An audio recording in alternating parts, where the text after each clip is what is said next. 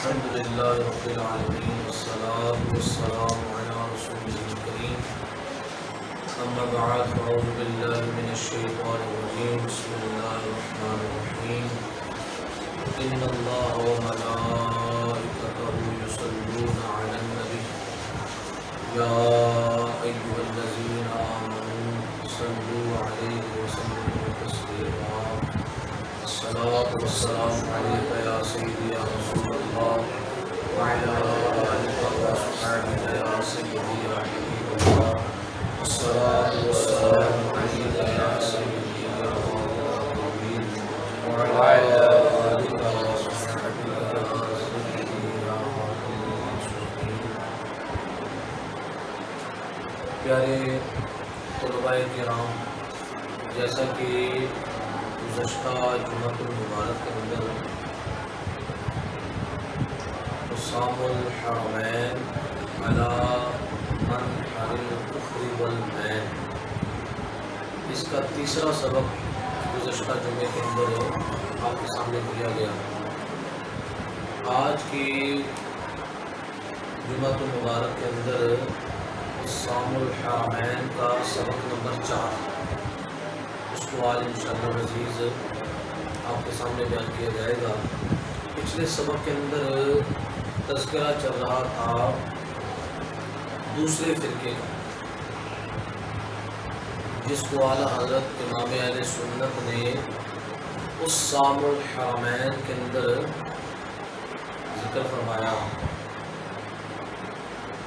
پہلے اس کا ذکر آپ کی یہ کتاب ہے المعتمد المستند، اس کے اندر ہے، اور اسی کتاب کی عبارت جو ہے وہ حسام الحرمین کے اندر نقل کی ہے۔ تو اس فرقے کو کیا کہا جاتا ہے؟ دوسرا فرقہ فرقہ وہابیہ خالیہ و خواتمیہ، ٹھیک ہے۔ پہلا فرقہ تھا فرقہ مرزائیہ، فرقہ دوسرا فرقہ کیا ہے؟ فرقہ وہابیہ امثالیہ خواتمیہ۔ پھر میں نے آپ کو بتایا تھا کہ اس کی کئی شاخیں ہیں، اس کی ایک شاخ کو کہا جاتا ہے امیریہ، کیا کہا جاتا ہے؟ امیریہ، یہ امیر حسن اور امیر احمد کی طرف منسوب ہے۔ دوسرا ہے نظیریہ، نظیر حسین دہلوی کی طرف منسوب ہے۔ اور تیسرا ہے قاسمیہ۔ قاسمیہ جو ہے یہ قاسم نانوتوی کی طرف منسوب ہے، اس کی طرف منسوب ہے قاسم۔ اور پچھلے سبق نمبر 3 کے اندر میں نے آپ کے سامنے کچھ تفصیل یہ کی تھی کہ قاسم علی نانوتوی نے جو کتاب ایک چھوٹا سا رسالہ لکھا ہے تحذیر الناس، تحذیر الناس عن انکار اثر ابن عباس، یہ رسالہ لکھا تھا جس کے اندر حضرت عبداللہ ابن عباس رضی اللہ تعالی عنہما کا جو اثر ہے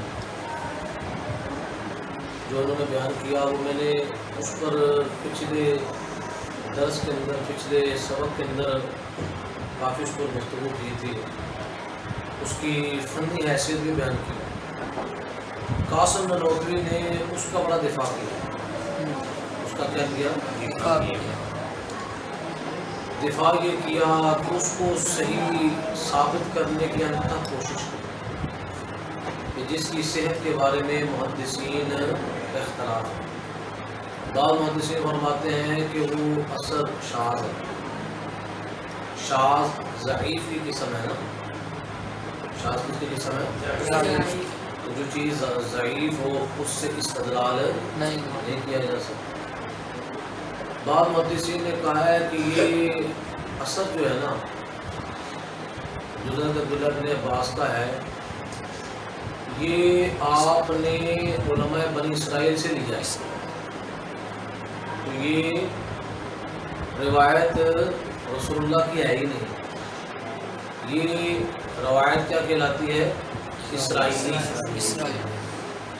کیا ہے؟ اسرائیلی۔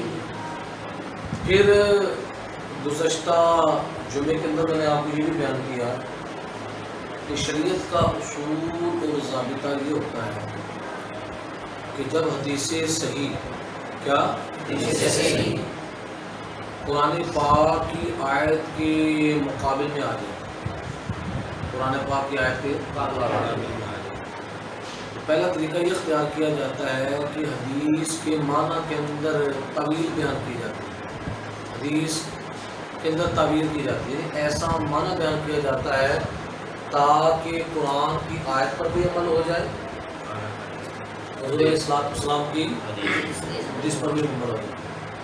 لیکن اگر تعویل بھی وہاں پر ممکن نہ ہو پھر کیا کیا جاتا ہے؟ چھوڑ دی جاتی ہے، حدیث کو چھوڑ دیا جاتا ہے اور قرآن پاک کی آیت پر عمل کیا جاتا ہے۔ لیکن سب سے پہلا گھپلا اور خرابی قاسم نانوتوی نے کیا کی؟ یہ کی چلے ہم مان لیتے ہیں بقول قاسم نانوتوی کے، اس کی بات کو ہم مانتے ہوئے کہتے چلے، وہ کہتا ہے یہ حدیث مرفوع ہے۔ کیا یہ حدیث مرفوع ہے؟ تھوڑا سا دروازہ کھول دو، حدیث کیا ہے؟ مرفوع ہے۔ اس کی بات کو مانتے ہوئے، اس کی بات کو ہم نے مان لیا کہ یہ حدیث کیا ہے؟ مرفوع ہے، تو پھر اصول کے مطابق تو یہ ہونا چاہیے تھا نا کہ حدیث کے معنی کے اندر تعویل کی جاتی، ایسی تعویل کی جاتی جس سے قرآن پاک کی جو آیت ہے ما کان محمد ابا احد من رجالکم ولکن رسول اللہ وخاتم النبیین، یہ جو خاتم النبیین کا معنی ہے اس کے اور حدیث کے درمیان کیا ہو جاتی؟ موافقت ہو جاتی۔ لیکن سب سے پہلا غلط کام اس نے کیا کیا؟ اس نے اس اصول کو توڑا، اس نے حدیث کے معنی کے اندر تعویل کرنے کی بجائے کس کے اندر تعویل کر دی؟ قرآن کے معنی کے اندر کر دی، کس کے اندر کر دی؟ خاتم النبیین کا معنی آخری نبی، کیا ہے؟ آخری نبی۔ کوئی آخری نبی ہونا یہ متواتر معنوی ہے، کیا ہے؟ متواتر معنوی کا مطلب ہے کہ آخری نبی ہونے کا معنی حضور سے لے کر آج تک جتنے بھی صدیوں کے اندر علماء آئے، ائمہ آئے، انہوں نے اس کا معنی کیا کیا؟ آخری۔ کسی نے آخری نبی سے ہٹ کر دوسرا معنی نہیں دیا۔ یہ مطلب ہے متواتر معنوی، یعنی کسی عالم نے سوائے قاسم نانوتوی کے، اس نے آ کر یہ گھپلا کیا، اس نے آ کر کیا کیا کہ خاتم النبیین کا معنی آخری نبی کے علاوہ اس نے دوسرا معنی کیا۔ یہ سب سے بڑی اس کی مسٹیک ہے، حالانکہ یہ ایسا معنی ہے کہ اس کے معنی پر علماء کا اجماع ہو چکا ہے کہ خاتم النبیین کا معنی کیا ہے؟ آخری نبی۔ کیا معنی ہے؟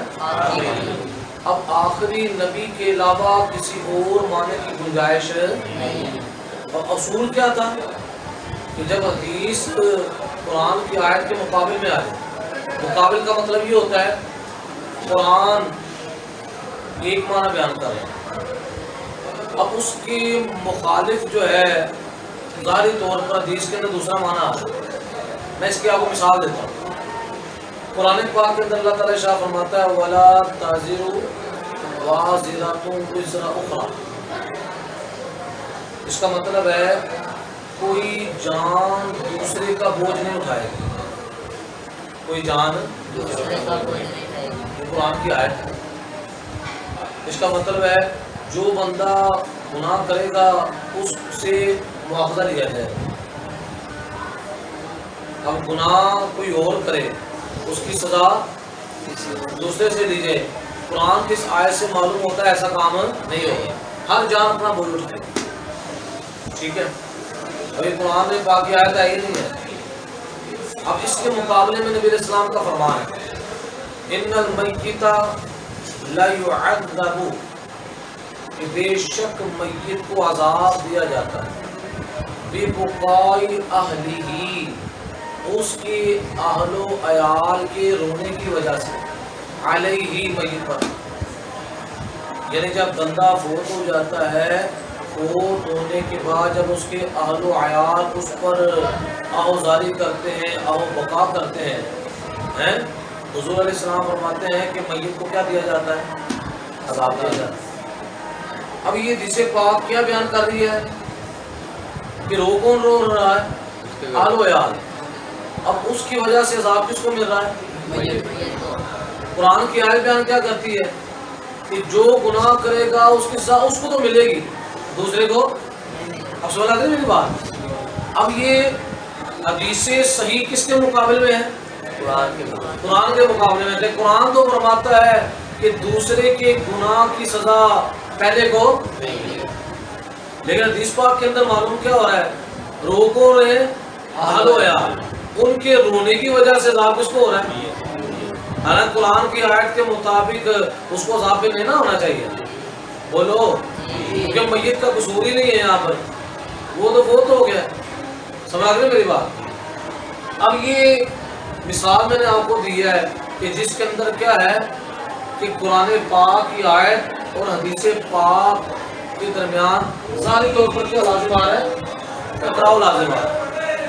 تو اب اصول کے مطابق کیا کریں گے؟ حدیث پاک کی نہ تعویل کریں گے. تعویل کا مطلب یہ ہے ایسا معنی بیان کریں گے جس سے قرآن پر بھی عمل ہو جائے.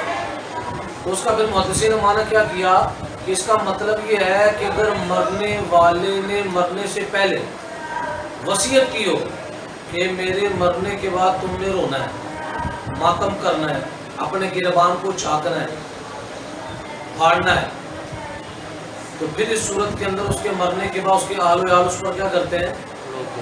اب اس صورت کے اندر رونا حقیقت کے اندر وہ کس کا عمل ہے؟ میت کا ہے. کہ میت کے کہنے کی وجہ سے کیا کر رہے ہیں؟ میری بات سمجھ لگ رہا ہے؟ جیسا کہ زمانہ جاہلیت کے اندر ایسا ہوتا تھا. زمانہ جاہلیت کے اندر جب مرنے والا مرتا تھا وہ وصیت کر کے جاتا تھا کہ میرے مرنے کے بعد تم نے میری میت پر رونا ہے, ماتم کرنا ہے, اپنے گریبانوں کو پھاڑنا ہے. یہ وصیت کی جاتی ہے. اب اس حدیث پاک کا مطلب کیا ہوا کہ میت کو عذاب اس کے اہل و عیال کے رونے کی وجہ سے کیوں ہوتا ہے؟ اس نے وصیت کی. جب وصیت کی ہے تو اب مجھے بتاؤ یہ رونا پھر کس کا عمل ہو گیا؟ میت کی وجہ سے ہو گیا نا. اس وجہ سے پھر کیا ہوتا ہے؟ اب دیکھیں قرآن پاک کی آیت اور اس کے اندر کیا ہو گیا؟ عمل ہو گیا ہی نہیں ہو گیا, تطبیق ہو گئی ہی نہیں ہو گئی. اب تعویل کس کے اندر ہوئی ہے؟ حدیث پاک. قرآن کے اندر ہے. اب قاسم نانوتوی نے سب سے پہلے اصول کو توڑا. یا آج بڑے بنتے ہیں نا اصولی کہ قرآن و سنت جتنی ہمیں پتہ ہے اتنا کسی کو نہیں پتہ ہے. ہم کہتے ہیں سب سے بڑے بے اصولی یہ دیوبندی ہیں. سب سے بڑے بے اصولی آج تک یہ اپنے اس بے اصولی کو مانتے اور اس پر پردے ڈالنے کے لیے مختلف طرح کی ہیلا سازیاں کرتے ہیں. ایسے نہیں ایسے نہیں, لیکن جو بات طے شدہ ہے ہر بندہ جانتا ہے. اب انہوں نے کیا کیا, جس کو یہ حکیم الامت کہتے ہیں, قاسم العلوم والخیرات کا لقب دیتے ہیں, بڑی بڑی تعریفیں بیان کرتے ہیں. اور اس نے کتنی بڑی جہالت کا اظہار کیا کہ عصر ابن عباس کی وجہ سے کس کے اندر تعویل کر دی؟ قرآن کے اندر تعویل کر دی, جو 14 صدیوں کے اصول کے خلاف ہے. اس کے خلاف ہے 14 صدیوں کے اصول کے خلاف. اب اگلا جو ہے یہاں تک بات سمجھ آتی ہے؟ اس چیز کو آگے سمجھ, یہ بات آگے سمجھ رکھنی ہے. جب بھی اس طرح کی کوئی بات ہو تو آپ نے یہ بات آگے بیان کرنی ہے کہ اصول تو شریعت کا یہ ہے, اگر حدیث قرآن کے مقابل میں آ جائے تو تعویل کس کے اندر ہوتی ہے؟ اگر تعویل کر کے پھر بھی سلسلہ نہیں بنتا تو پھر کیا کر دیا جاتا ہے؟ حدیث کو چھوڑ دیا جاتا ہے اور قرآن پر عمل کیا جاتا ہے کیونکہ قرآن پہلی دلیل ہے، حدیث کا نمبر کیا ہے؟ دوسرا ہے۔ اب جو ہے قاسم ننوتوی کی جس عبارت پر اعلیٰ حضرت نے گرفت کی نا، اب خاتم النبیین کا معنی قاسم ننوتوی نے کیا ذاتی نبی۔ کیا کیا؟ حالانکہ اس کا معنی کیا ہے؟ آخری نبی۔ اس نے کیا کیا؟ ذاتی نبی کی۔ اب اس کی عبارت سنیے، عبارت کے اندر کیا کیا خرابیاں لازم آتی ہیں۔ ادھر ہمیں عبارت لکھ دو پہلے تاکہ آپ کے لیے آسان ہو نا، عبارت کے بعد میں کہوں نا عبارت لکھی ہو۔ یہ اس کی عبارت ہے جس پر کیا ہوا ہے، اعلیٰ حضرت امام اہل سنت نے اس پر کیا کی ہے؟ گرفت کی۔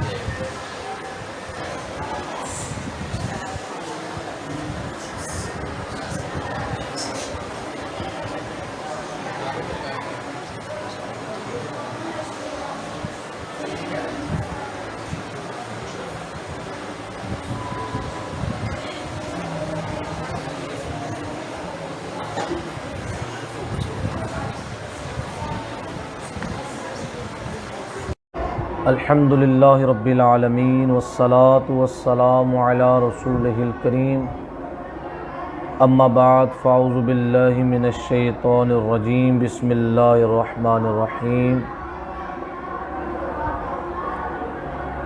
ان اللہ وملائکتہ یصلون علی النبی یا ایہا الذین آمنوا صلوا علیہ وسلموا تسلیما الصلاة والسلام علیک یا سیدی یا رسول اللہ وعلی آلک واصحابک یا سیدی یا حبیب اللہ الصلاۃ والسلام علیک یا سیدی یا خاتم النبیین وعلی آلک واصحابک یا سیدی یا خاتم المعصومین۔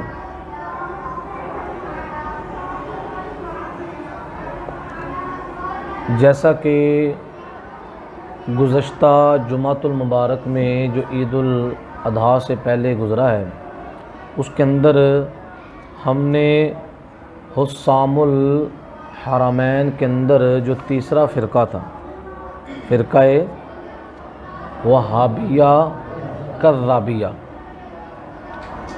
اس کے بارے میں ہم نے پڑھا تھا، اور آج کا یہ ہمارا سبق جو ہے یہ چوتھے سبق کا پارٹ 2 ہے۔ وہ پارٹ نمبر 1 تھا جو پہلے گزر چکا ہے، یہ کیا ہے؟ پارٹ نمبر 2 ہے۔ اب اس کے اندر خلاصہ جو ہے، جس کے اندر میں نے پچھلے جمعے کے اندر آپ کے سامنے بیان کیا تھا، وہ یہ ہے کہ رشید احمد گنگوہی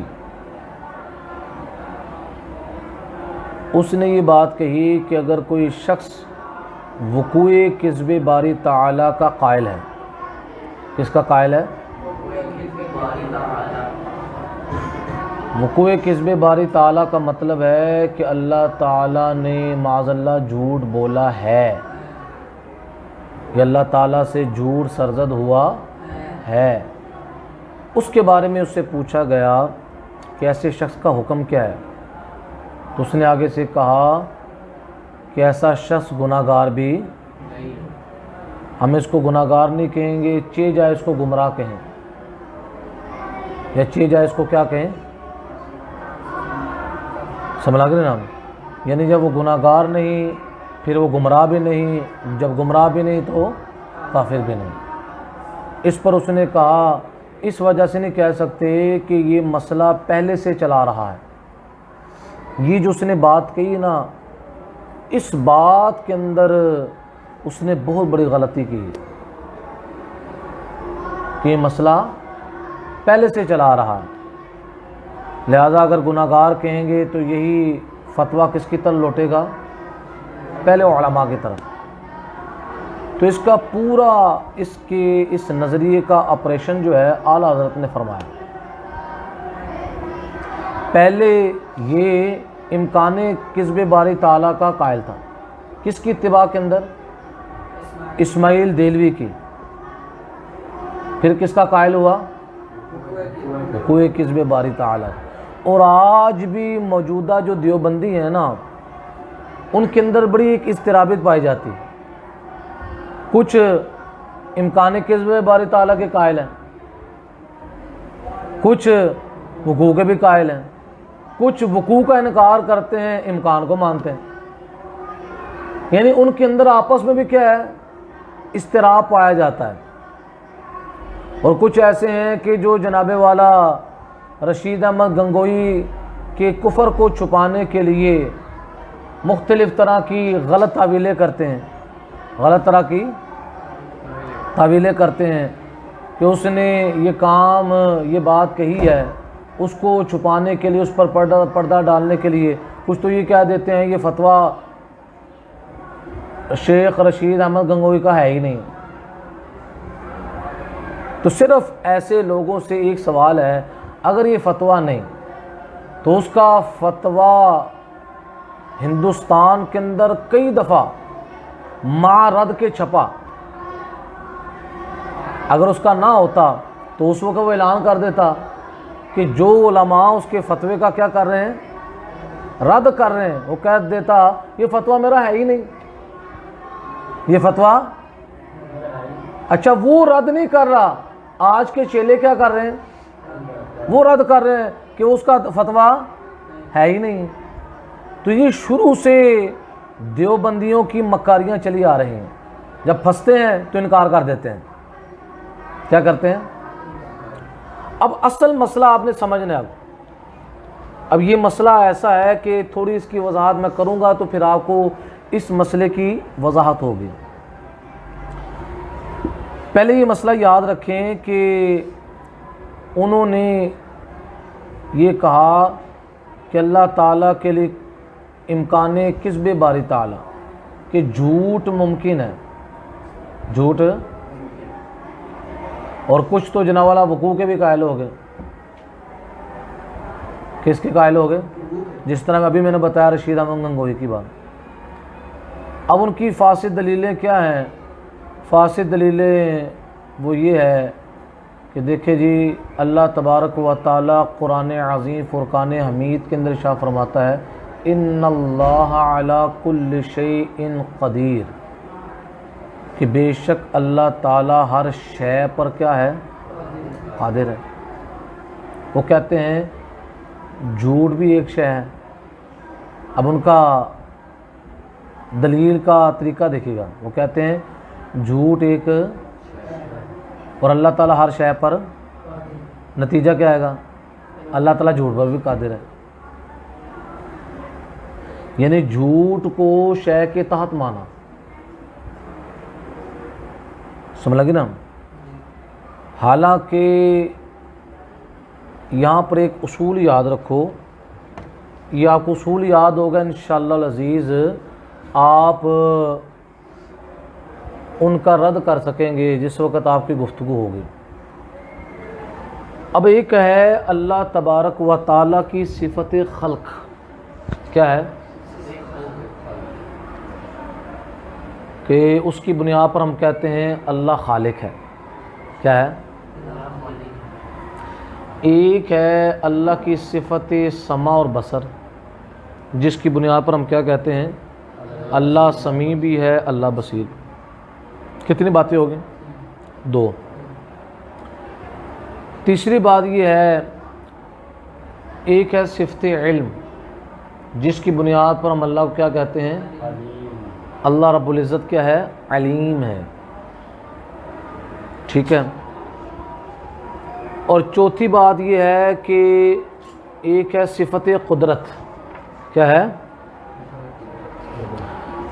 جس کی بنیاد پر ہم اللہ کو کیا کہتے ہیں؟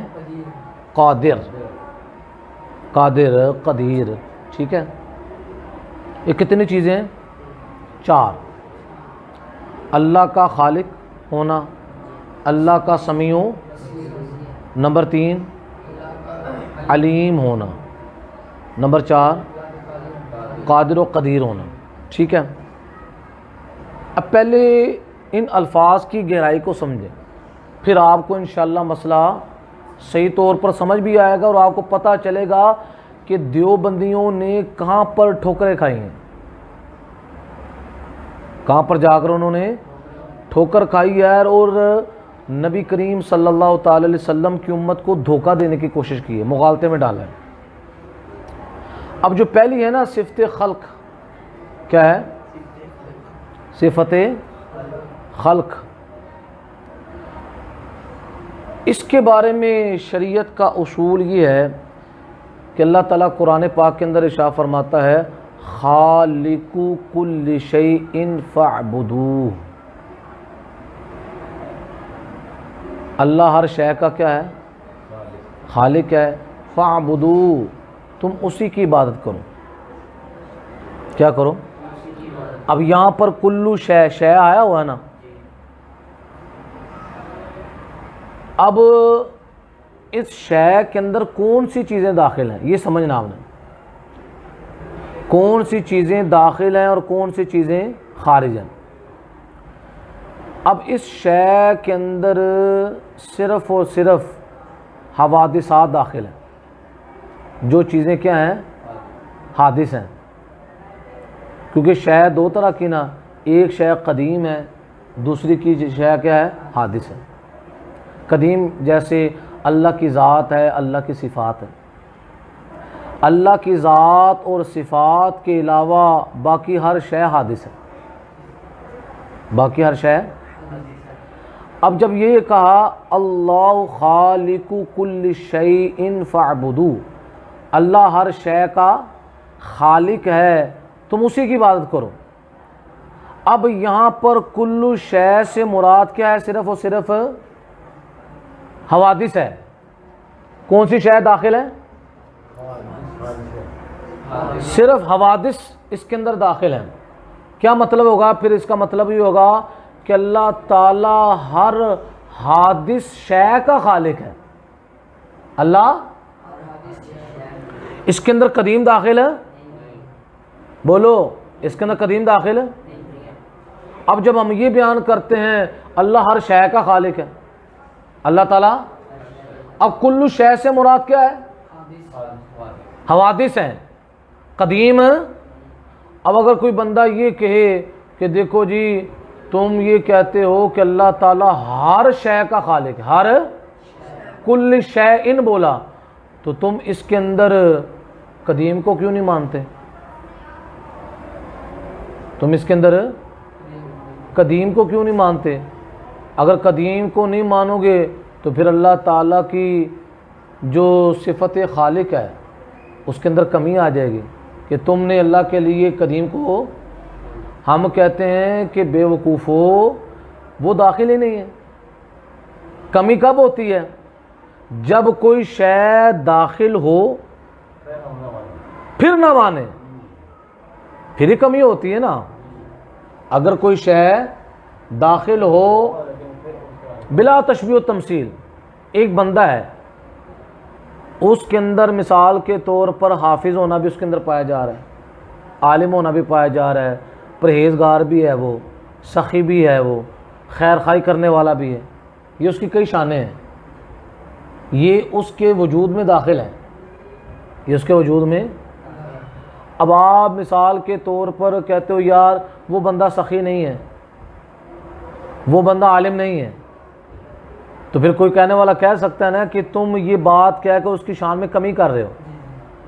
کیا کر رہے ہو؟ کیوں کمی کر رہے ہو؟ کیونکہ وہ شے اس کے اندر پائی جاتی ہیں، وہ عالم بھی ہے، وہ سخی بھی ہے، وہ خیر خواہ بھی ہے.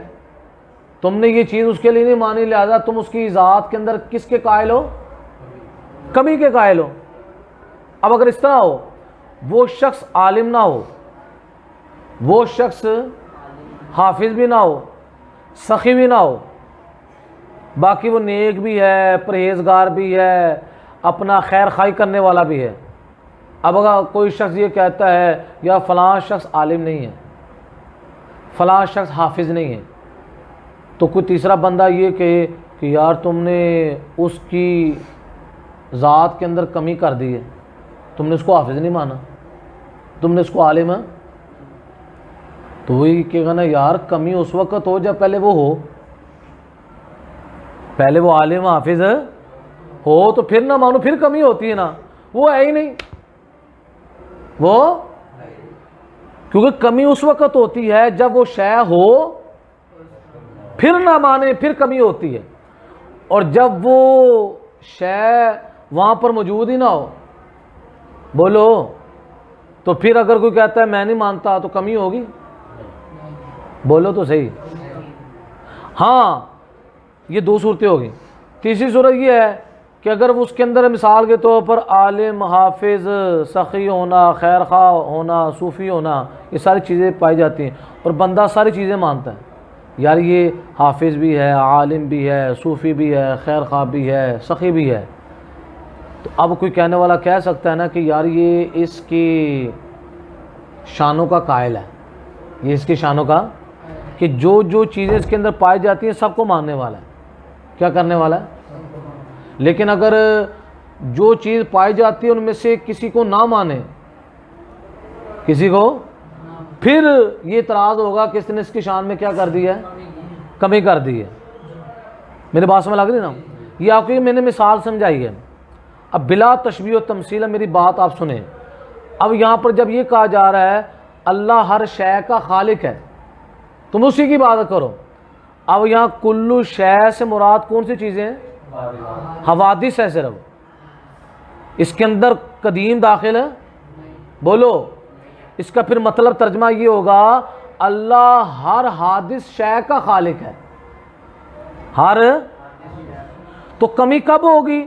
جب کوئی حادث شے دنیا کے اندر ہو اور بندہ کہ اللہ اس چیز کا خالق نہیں، معاذ اللہ، تو پھر ہم کہیں گے تم نے اللہ تعالیٰ کی شان میں کمی کر دی ہے، حالانکہ کوئی اس کا قائل ہے مسلمانوں میں سے کوئی اس کا قائل ہے؟ اور بولو، سمجھ لگ رہی ہے میری بات؟ تو جو اللہ کی صفت خالق ہے اس کا تعلق کس کے ساتھ ہے؟ حوادث کے ساتھ ہے، قدیم کے ساتھ ہے، سمجھ لگ رہی نا آپ کو؟ اب دوسری بات ہے اللہ تبارک و تعالیٰ کا سمیع و بصیر ہونا، اللہ کا، اب اللہ تعالیٰ قرآن پاک کے اندر خود ارشاد فرماتا ہے اِنَّهُ بِكُلِّ شَيْءٍ بصیر، وہ ہر شے کو دیکھنے والا ہے، ہر شے کو، اب یہاں پر بھی کل شے آیا ہوا ہے، ہر شے کو دیکھنے والا ہے۔ اب یہاں پر کل شے سے مراد کیا ہے؟ نہیں، خالق کل شیء فاعبدوہ کے اندر کل شے کے اندر مراد صرف کون سا تھا؟ حوادث، قدیم داخل ہے صفت خالق کے اندر۔ اب آگے صفت سمیع و بصیر ہونا، اب یہاں پر فرمایا کہ اللہ تعالیٰ ہر شے کو دیکھنے والا ہے۔ اب یہاں پر کل شے سے مراد ہے تمام موجودات، تمام، چاہے وہ موجودات قدیمہ ہوں یا حادثہ ہوں۔ آپ کو پتہ نا جو موجود چیز ہو وہ دو طرح کی ہوتی ہے، حادث بھی ہوتی ہے، قدیم بھی۔ اب اللہ موجود ہے یہ نہیں ہے لیکن کیا ہے؟ قدیم ہے۔ آپ اور ہم موجود ہیں لیکن ہم کون ہیں؟ حادث ہیں۔ موجودات کے اندر دو پھر قسمیں بن جائیں گی، ایک موجود کی قسم وہ ہے جو قدیم ہے اور دوسری کیا ہے؟ جو حوادث ہے۔ اب یہاں پر جب یہ کہا اللہ ہر شے کو دیکھنے والا ہے تو اس کل شے سے مراد کیا ہے؟ تمام موجودات کو دیکھنے والا ہے، تمام، چاہے وہ موجودات کیا ہو؟ قدیمہ ہو یا حادثہ ہو۔ اس کے اندر معدومات داخل نہیں، معدومات کہ جو چیز نہیں ہے اور اس نے قیامت تک ہونا ہی نہیں ہے، قیامت تک، وہ کل شے کے اندر داخل ہے۔ بولو، اس کے اندر صرف اور صرف کیا ہے؟ جتنی بھی موجودات چیزیں ہیں، چاہے وہ کیا ہے؟ قدیم ہے، چاہے وہ کیا ہے؟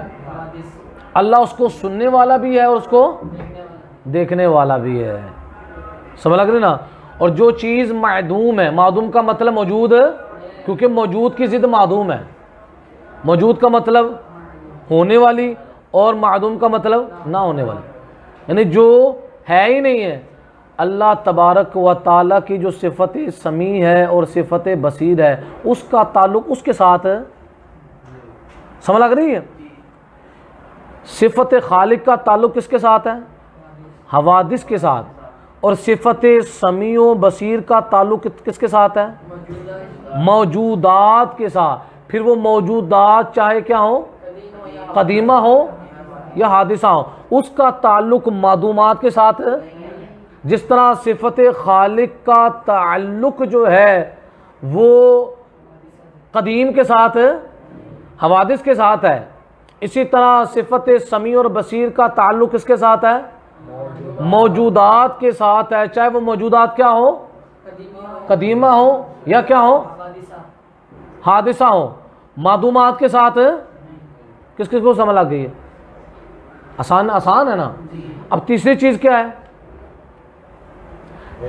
تیسری چیز ہے علم۔ تیسری چیز کیا ہے؟ اچھا، ادھر یہاں پر علم کو بیان کرنے سے پہلے نا بات یہ میں بیان کرتا ہوں، ہو سکتا ہے کسی کے ذہن میں ایک یہ بات آ رہی ہو کہ آپ یہ کہہ رہے ہیں کہ اللہ کی جو صفت خالق ہے اس کا تعلق حوادث کے ساتھ ہے، قدیمہ کے ساتھ نہیں۔ آپ کہتے ہیں قدیمہ کے ساتھ نہیں، تو پھر اس صورت کے اندر کمی آ گئی کہ دیکھو اس کے ساتھ اٹیچ کر رہے، اس کے ساتھ اٹیچ نہیں کر رہے۔ اسی طرح صفت سمیع و بصیر اس کا تعلق اس کے ساتھ ہے، چاہے وہ موجودات کیا ہوں، قدیمہ ہو یا حادثہ ہو، معدومات کے ساتھ۔ تو کسی کے ذہن میں آ جائے یار یہاں تو کمی ظاہری طور پر نظر آ رہی ہے کہ اللہ تعالیٰ کی صفت کا تعلق معدومات کے ساتھ نہیں ہے، اللہ تعالیٰ کی صفت خالق کا تعلق جو ہے قدیم کے ساتھ نہیں ہے، تو اس کا مسئلہ یاد رکھو یہاں پر اللہ تعالیٰ کی شان میں کمی ان چیزوں کے اندر ہے، کمی کہ صفت خالق کے اندر جو چیز تھی قدیم کیا ہے کہ جو قدیم شے ہے وہ صفت خالق کے ساتھ تعلق رکھنے کی صلاحیت نہیں رکھتی. اسی طرح جو صفت سمیع و بصیر ہے، جو صفت اس کا تعلق کس کے ساتھ ہے؟ موجودات کے ساتھ، چاہے وہ موجودات کیا ہو، حادثہ ہو یا قدیمہ ہو. معدومات کے ساتھ تو کمی کس کے اندر ہے؟ معدومات کے اندر ہے. کس کے اندر ہے؟ جس کو اعلیٰ حضرت امام علیہ السلام نے فرمایا نقصان جانب قابل ہے نہ کہ جانب فاعل. کمی کس کے اندر ہے؟ جانب قابل. قابل کون سی ہے؟ وہ معدومات. اس کے اندر کمی ہے کہ اس کے اندر صلاحیت ہی نہیں ہے کہ وہ اللہ تعالیٰ کے ساتھ، اللہ کی صفت سمیع اور صفت بصیر کے ساتھ، اس کو باہر نکال دیں.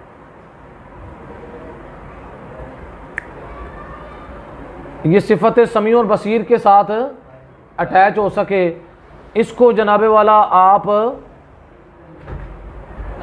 یعنی جو صفت سمیع اور بصیر ہے اس کے اندر کمی کس کے اندر ہے؟ معدومات کے اندر، ان چیزوں کے اندر ہے، ان چیزوں کے اندر ہے. اس کی ایک دوسری مثال آپ کو میں دیتا ہوں.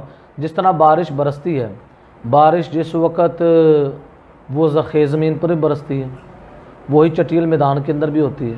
زرخیز زمین پر گرے تو کیا ہوتا ہے؟ گھاس اور پودے اگتے ہیں، اور اگر وہی چٹیل میدان پر ہو تو پانی اوپر کھڑا ہو جاتا ہے، زمین اس کو قبول. اب یہاں پر مجھے بتاؤ بارش کے اندر قصور ہے یا زمینوں کے اندر ہے؟ کہ زمین صلاحیت نہیں رکھتی کہ وہ بارش کے فیض کو قبول کرے. تو اب یہاں بھی مسئلہ یہ ہے کہ یہاں پر جو جانب فاعل ہے، اللہ کی ذات ہے، اس کے اندر کمی، وہ جو چیزیں تعلق رکھنے والی ہیں وہ کیا ہے؟ صلاحیت رکھنے کی وہ قدرت نہیں رکھتی. کتنی چیزیں ہو گئیں؟ صفت خلق کا تعلق اس کے ساتھ ہے، حوادث کے ساتھ، اور صفت سمیع اور بصیر کا تعلق اس کے ساتھ، چاہے وہ موجودات کیا ہوں یا کیا ہو، حادثہ ہو. ہاں جی، معدومات کے ساتھ. سمجھ لگ رہی نا؟ اب تیسری ہے صفت علم. اب صفت علم جو ہے جس کی بنیاد پر ہم اللہ تعالیٰ کو کیا کہتے ہیں؟ علیم کہتے ہیں. کیا کہتے ہیں؟ علیم کہتے ہیں. اب صفت علم کا تعلق کیا ہے؟ اس کے بارے میں اللہ تعالیٰ فرماتا ہے وَهُوَ بِكُلِّ شَيْءٍ عَلِيمٌ. اللہ ہر شے کو جاننے والا. دیکھو ہر جگہ پر کلو شے آ رہا ہے لیکن اس کی وضاحت الگ الگ ہے. اس کی وضاحت کلو شے جہاں پر کا خالق کے ساتھ، تو وہاں پر کلو شے میں کیا داخل ہے؟ حوادث. اور جب یا کیا اِنَّا بِكُلِّ شَيْءٍ بصیر، وہاں پر کلو شے کے اندر داخل کیا ہے؟ موجودات، چاہے وہ حادثہ ہو چاہے. اب یہاں پر کہا جا رہا ہے اِنَّا بِكُلِّ شَيْءٍ عَلِيمٌ. اِنَّا بِكُلِّ شَيْءٍ، یہاں بھی کلو شے آیا ہوا ہے. کیا آیا ہوا ہے؟ لیکن یہاں پر کلو شے سے مراد کیا ہے؟ اب وہ سمجھیں. کہتے اس سے مراد یہ ہے، یہ قاعدہ کلیہ ہے. اِنَّا بِكُلِّ شَيْءٍ عَلِيمٌ، یہ قاعدہ. اب اس کلو شے کے اندر جو چیز واجب ہے وہ بھی ہے، جو چیز ممکن ہے وہ بھی داخل ہے. جو چیز کیا ہے؟ واجب، وہ بھی داخل ہے. واجب کا مطلب ہے جس کا ہونا ضروری ہو. ممکن کا مطلب ہونا نہ ہونا دونوں برابر ہو. جس طرح ہم ہیں، ہمارا ہونا یا نہ ہونا دونوں برابر ہیں. سمجھ لگ رہی نا؟ اسی طرح کتنی چیزیں ہوگی؟ واجب بھی داخل ہے، ممکن بھی داخل ہے. نمبر 3 قدیم بھی داخل ہے. اور قدیم کی ضد کیا آتی ہے؟ حادث. اس طرح سمجھیں، واجب کے مقابلے میں کیا ہے؟ ممکن. کلو شے کے اندر واجب اور ممکن دونوں شامل ہیں. یہ جوڑا ہو گیا. نمبر 2 قدیم اور حادث دونوں کیا ہے؟ یہ دوسری چیز ہوگی. تیسری کیا ہے؟ موجود اور معدوم. یہ بھی کیا ہے؟ چاہے وہ چیز کیا ہو، موجود ہو، اللہ اس کو بھی جاننے والا ہے. جو چیز معدوم ہو، اللہ اس کو بھی جاننے والا ہے. کتنی چیزیں ہو گئی؟ اگر الگ الگ کریں 6 ہو گئی. اگر ہم جوڑے بنائیں 3 ہو گئے. آگے ہے مفروض اور موہوم، جو چیز فرض کی گئی ہو. بعض ہم کہتے ہیں فرض کر لیں یہ کام اس طرح ہے. جو چیز مفروض ہے اس کو بھی اللہ تعالیٰ جاننے والا ہے، اور جو چیز موہوم وہم کے اندر ہے، کس کے اندر ہے؟ وہم کے اندر ہے، موہوم ہے، وہمی ہے، یقینی اس کو بھی اللہ تعالیٰ کیا ہے؟ یہ کل پھر کتنی چیزیں بن گئی؟ 8. اللہ تعالیٰ واجب کو بھی جاننے والا ہے، ممکن کو بھی جاننے والا ہے، قدیم کو بھی جاننے والا ہے، حادث کو بھی جاننے والا ہے، مفروض کو بھی جاننے والا ہے، اور موہوم کو بھی جاننے والا ہے، موجود اور معدوم کو بھی جاننے والا ہے. بولو اب سمجھ لگے نا؟ یہ 3 چیزوں کا آپ نے فرق سب سمجھ لگ جائیں گے نا تو پھر آپ کو یہ مسئلہ سمجھ لگے گا. اب چوتھی چیز کیا ہے؟ اللہ کی صفت قدرت، جس کی بنیاد پر ہم کہتے ہیں اللہ قادر و قدیر ہے. کیا ہے؟ جیسے ہم کہتے ہیں ان اللہ علی کل شیء قدیر. یہاں پر بھی کل شیء آیا ہوا ہے نا، لیکن فرق ہے. اب یہاں پر کل شیء سے مراد ہے ممکنات. کیا ہے؟ محالات اور واجبات جو چیزیں ہیں وہ اس کے اندر داخل ہے. جو چیز واجب اور محال ہے وہ داخل ہے. صرف کون سی چیز داخل ہے؟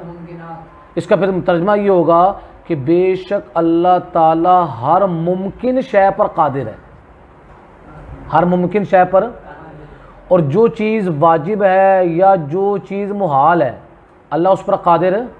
واجب کس کو کہتے ہیں؟ جس کا ہونا ضروری ہو. اور محال کس کو کہتے ہیں؟ جس کا نہ ہونا ضروری ہو. جو نہ ہو وہ محال ہوتی ہے. تو پھر قدرت کا تعلق کس کے ساتھ ہے؟ بولو ممکنات کے ساتھ. یہ تمہیدی مقدمہ یاد ہو گیا آپ کو؟ کس کس کو یاد ہو گیا؟ چل بھی احسن بتا. صفت خلق کا تعلق کس کے ساتھ ہے؟ خلق کا تعلق موجودہ حوادث اور قدیمہ حوادث کے ساتھ. ہاں قدیمہ داخل ہے. نہیں ہے. اور صفت سمیع و بصیر کا تعلق اس کا موجودات کے ساتھ ہے. جی چاہے وہ قدیمہ ہو یا حوادث. معدومات کے ساتھ تعلق ہے. اور صفت علم کا تعلق اس کے ساتھ علم کا تعلق ممکنات کے واجب اور ممکن ممکن کے ساتھ. بس. اور اس کے ساتھ قدیم اور حادث. بتاؤ صفت علم جو ہے اس کا تعلق کن کن چیزوں کے ساتھ ہے؟ اس کا تعلق 8 چیزوں کے ساتھ. جی واجب اور ممکن، قدیم اور حادث، موجود اور معدوم، مفروض اور موہوم. ٹھیک ہو گیا. اور صفت قدرت کا تعلق اس کے ساتھ ہے. کھڑے ہو جو کھڑے ہو جو. صفت قدرت کا تعلق اس کے ساتھ ہے. صرف ممکنات کے ساتھ ہے، واجبات اور محالات کے ساتھ. جب آپ کو یہ بات سمجھ لگی نا اب اصل مسئلہ سمجھیں. اب اصل مسئلہ یہ ہے کہ ہم یہ کہتے ہیں کہ اللہ تعالیٰ ہر ممکن شے پر قادر ہے، ہر ممکن شے پر. اب دیوبندیوں نے یہاں پر آ کر گھپلا کی ہے. وہ کہتے ہیں اللہ تعالیٰ جھوٹ پر بھی قادر ہے. اب آپ مجھے بتاؤ جھوٹ اللہ سے محال ہے یا نہیں ہے؟ اللہ جھوٹ بول سکتا ہے؟ کیونکہ یہ عیب ہے. جھوٹ کیا ہے؟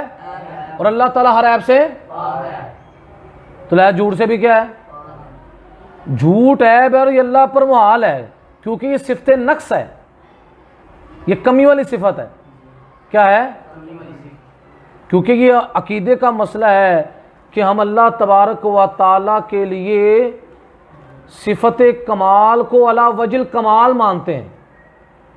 صفت کمال کو کمال مانتے. جب یہ بات ضروری ہے اسی طرح جو صفت نقصان ہے نا اس کی ہم نفی کرتے ہیں اللہ کی ذات سے کہ جس کے اندر کمی پائی جاتی ہے نا وہ اللہ تعالیٰ کی شان کے لائق ہے. اب آپ مجھے بتاؤ جھوٹ عیب ہے اور یہ صفت نقص ہے، صفت اور یہ اللہ پر کیا ہے؟ جب یہ محال ہوئی تو اصول شریعت کا کیا ہے کہ قدرت کا تعلق کس کے ساتھ ہوتا ہے؟ محالات کے ساتھ. اب یہ گپلا دیوبندیوں نے کیا ہے, انہوں نے کہا اللہ تعالیٰ جھوٹ پر بھی قادر ہے, اللہ جھوٹ پر بھی. اب وہاں یہاں پر لوگوں کو دھوکہ کیا دیتے ہیں عوام الناس کو, کہتے دیکھو جی اگر تم اللہ تعالیٰ کو جھوٹ پر قادر نہیں مانتے پھر اس صورت کے اندر اللہ تعالیٰ کی قدرت میں کمی آ جائے گی. اب سننا ذرا, اللہ کی قدرت میں کس طرح کمی آئے گی. اب دیکھو کس طرح یہ قیاس پیش کر کے نا عام لوگوں کو مغالطہ دیتے ہیں.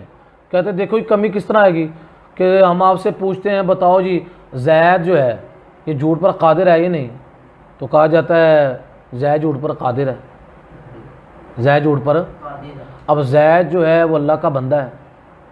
اب تم بندے کو جھوٹ پر قادر مان رہے ہو, جو اس بندے کا خالق ہے اس کے بارے میں تم کہتے ہو وہ جھوٹ پر قادر ہے, تو پھر اس کا مطلب یہ ہوا کہ بندے کی قدرت جو ہے اللہ کی قدرت سے بڑھ گئی, اللہ کی قدرت سے.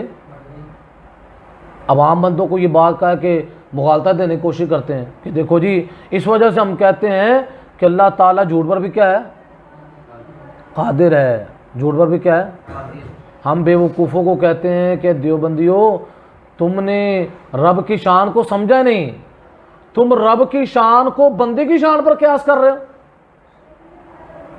تم بندے کی شان پر رب کی شان کو قیاس کر رہے ہو کہ میرا اللہ تبارک و تعالی جو ہے جھوٹ اس کے لیے عیب ہے, جھوٹ اس کے لیے, اور عیب اللہ تعالیٰ پر کیا ہے, محال ہے. اللہ تعالیٰ پر کیا ہے. اور ہم نے یہ اصول بیان کیا تھا کمی اس وقت ہوتی, کمی جب وہ شے داخل ہو, جب وہ شے, جب محال ان اللہ علی کل شیء قدیر کے اندر جو کل شے ہے محال اگر اس میں داخل ہوتا پھر نہ مانتے پھر کیا ہوتی. ایسے ہی نا کہ جب محال داخل ہوتا تو پھر ہم اس کو نہ مانتے پھر کمی. جب محال داخل ہی نہیں ہے, جب محال تو نہ ماننے کے اندر پھر کمی اس وقت ہوگی جب ممکنات میں سے ہم کوئی چیز کے بارے میں کہہ دیں کہ فلاں ممکن شے اس پر اللہ قادر ہے, پھر کمی لازم آتی ہے. اس سے کمی لازم نہیں آتی کیونکہ محال اللہ کی قدرت کے تحت داخل ہے. بات سمجھ لگی نا. تو یہ بنیادی طور پر جناب والا دیوبندی کیا کرتے ہیں, مغالطہ دینے کی کوشش کرتے ہیں. اور یہ سارا جو میں نے آپ کو بیان کیا یہ فتاوی رضویہ جو میرے اعلیٰ حضرت نے سبحان السبو عن کذب عیب مقبور رسالہ لکھا ہے, یہ جو میں نے آگے سامنے بیان کیا یہ تمہیدی مقدمہ اعلیٰ حضرت نے پہلے بیان کیا ہے. مسئلہ سمجھا ہے کہ پہلے مسئلہ سمجھنا چاہیے کہ شریعت کا ضابطہ کیا ہے. ہر جگہ کلو شے آیا ہوا ہے لیکن اس کے معنی کیا ہیں, الگ الگ ہیں. جب تک بندہ اس معنی کو نہیں سمجھ سکے گا بندہ گمراہ ہو جائے گا. بندہ کہ یار یہاں پر کلو شے ہے, کلو شے کے مراد ہر شے ہی آ گئی. کلو شے سے مراد کیا ہے, ہر شے ہی آ گئی. ہر شے نہیں, ہر شے سے مراد کون سی شے ہے, جو شے ہے پھر وہ کلو شے بن جائے گی. جس طرح خالق کل شیء فاعبدوا کا اب شے سے مراد حوادث ہے, پھر اس کا مطلب ہے تمام جو حوادث چیزیں ہیں اس کا اللہ خالق ہے. ہاں سمجھ لگ رہی ہے میری بات. یہ اصول کس کس کو سمجھ لگ گیا, یہ آپ نے یاد رکھنا ہے, اس کو پکانا ہے انشاءاللہ العزیز. بقیہ یہ بھی بڑا پوسٹ مارٹم ہوگا, اس پر انہوں نے جو گھپلے کی انشاءاللہ میں آپ کو بتلاؤں گا انشاءاللہ کہ کہاں کہاں پر انہوں نے غلطیاں کی ہیں, لوگوں کو گمراہ کرنے کی کوشش کی ہے. یہ ابھی سمجھے تمہیدی مقدمہ آپ کے سامنے بیان کی ہے. کیا بیان کیا ہے, یہ بھی گفتگو کی سمجھے تمہید چل رہی ہے. بھی آگے انشاءاللہ مزید اس پر کیا آئیں گے, دلائل آئیں گے. اللہ تعالی ہمیں قرآن و سنت کا فہم عطا فرمائے.